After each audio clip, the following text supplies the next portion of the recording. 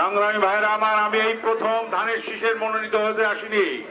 আমি 2018 সালে ধানের শীষের প্রার্থী হিসেবে এখানে নির্বাচনে অংশগ্রহণ করেছিলাম।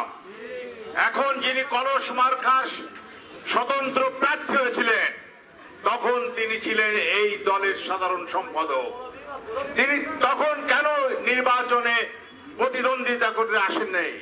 কারণ তিনি তখন একটা দলের সাথে লিয়াজু করছিলেন। তিনি এখন আবার কি করছেন? তিনি দলের সাধারণ সম্পাদক থেকে কিভাবে একটা স্বতন্ত্র প্রার্থী হন? কারণ আর একটা দল এখন আছে সেই দলকে বিজয় করার জন্য। সংগ্রামী ভাইরা আমার, বিএনপি এত ক্ষুণ্ণ দল নয়। বিএনপি বাংলাদেশের সবচেয়ে বড় দল। এই দলের মার্কা হচ্ছে ধানের শীষ। এই ধানের শীষ শহীদ প্রেসিডেন্ট জিয়াউর রহমানের। এই মার্কা হচ্ছে বেগম খালেদা জিয়ার। এই মার্কা হচ্ছে আমাদের মহান নেতা তারেক রহমানের। অতএব ধানের শীষ নিয়ে কোনো ভয় নাই। বাংলাদেশে যারা মানুষ, নড়াইলের যারা মানুষ, যারা বিএনপি করে, তারা অবশ্যই ধানের শীষে ভোট দিবে, কোন কলসে ভোট দিবে না। সংগ্রামী ভাইয়ের আমার, আপনারা কিছুদিন আগে শুনেছেন এই কলসের প্রার্থী উনি বলেছিলেন আমার সিগন্যাল আছে। সিগন্যাল গেল কোথায়? গত রাত্রে সিগন্যাল ডুবে গেছে। আবার উনি বলেন তারেক জিয়ার পরিবারের সাথে আমার সম্পর্ক আছে। এই সমস্ত বাহানা কথা বলে লাভ নাই। তারেক জিয়া এমন এক নেতা, সে তার দলকে ভালোবাসে, সে তার মার্কাকে ভালোবাসে, সে তার নিজের অস্তিত্বকে রক্ষা করার জন্য যা ইচ্ছা তাই করতে পারে।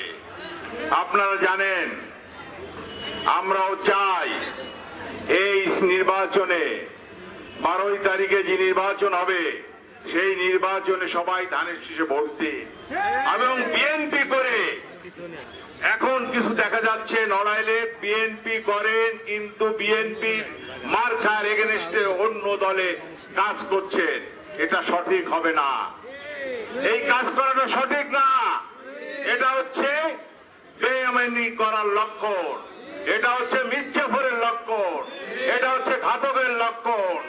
বিএনপির সাথে মির্জাফরি করে কেউ আজ পর্যন্ত টিকে থাকতে পারে নাই।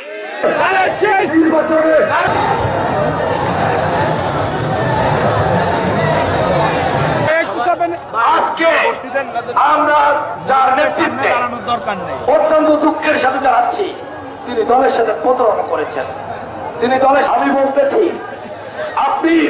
আপনাকে এই নয় জেলার গণকে যিনি আপনাকে থানা বিএনপির সাধারণ সম্পাদক হিন্দু খানের সাথে আঘাত করে আপনি ধানের শীষের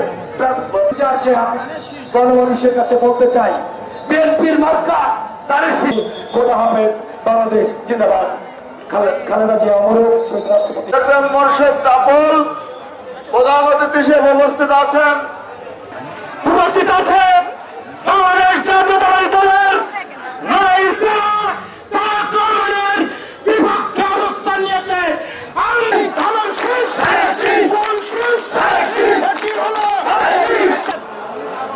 আমি তথ্যমূলক কিছু বক্তব্য, আমি তথ্য ভিত্তিক ভাবে আপনারা আমাদের চ্যানেল এমন একটি জায়গায় আমরা প্রথম দিন নির্বাচন কমিশন কর্তৃক